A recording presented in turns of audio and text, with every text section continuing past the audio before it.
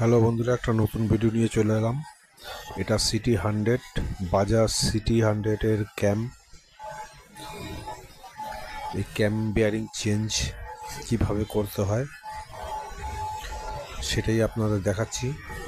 এগুলো সহজ জিনিস, কিন্তু তাহলেও বিয়ারিং পাল্টানোটা কিভাবে করতে হয় সেটাই দেখাচ্ছি। এই যে উপরে বিয়ারিংটা আছে, এটা 6003, আর নিচে যেটা থাকে 6002। দুটো বিয়ারিং লাগে, একটা 6003, একটা 6002। দুটো বিয়ারিং খারাপ হয়ে গেছে। এই বিয়ারিং খারাপ হলে কি হয়, হেড থেকে একটা আওয়াজ আসে।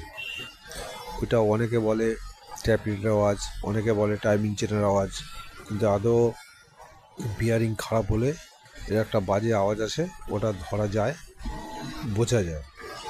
যার জন্য এই বিয়ারিংগুলো চেঞ্জ করে দেওয়া দরকার। আর এই বিয়ারিংগুলো চেঞ্জ না করলে আওয়াজ বন্ধ করাটা অনেক সময় মানে টাফ হয়ে যায়।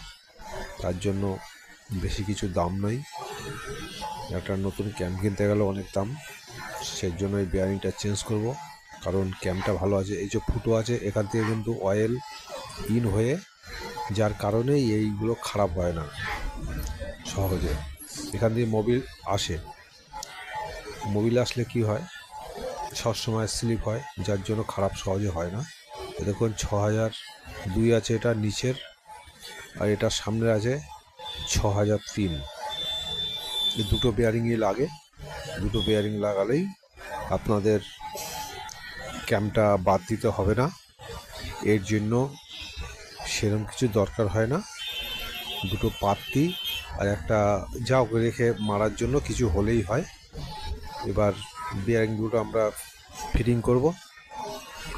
আপনারা দেখুন, যদি ভালো লাগে লাইক শেয়ার করবেন, আর চ্যানেলটিকে সাবস্ক্রাইব করুন, তাতে আরও ভালো ভিডিও পাওয়ার জন্য চেষ্টা করছি। কিন্তু কাজের ইয়েতে হয় না, অনেক সময় ভুল ত্রুটি হয়। যদি ভুল ত্রুটি হয় তাহলে ক্ষমা করে নেবেন, কারণ কাজ করে ভিডিও বানানো সম্ভব হয় না। আর ভিডিও তো আমি বানাই ঠিকই, কিন্তু এডিটিং করে অন্য লোকে, যার জন্য তার অত নলেজ নেই যে কীভাবে এডিটিং করতে হয় বা কিছু, এগুলো তারা জানে না। এর জন্য একটু উল্টোপাল্টা হয়, কিছু মনে করবেন না। এবার এটা দেখুন, বিয়ারিংটা প্রথমে নিচেরটা বসিয়ে নিলাম হালকা করে, উপরেরটা বসালাম। এবার অন্য একটা বিয়ারিং দিয়ে হালকা করে ঢুকিয়ে দেবো। এগুলো সহজে পাইপ হলে আরও ভালো হয়, কিন্তু পাইপ না থাকলে যেটা সহজ জিনিস সেটাই দেখাচ্ছি। বিয়ারিং দিয়ে করে দিলাম, এই দেখুন। কিন্তু সেম সেম বিয়ারিং নেবেন না, একটু বড় নিতে হবে, কারণ সেম সেম নিলে গিয়ে ভিতরে গিয়ে আটকে যাবে।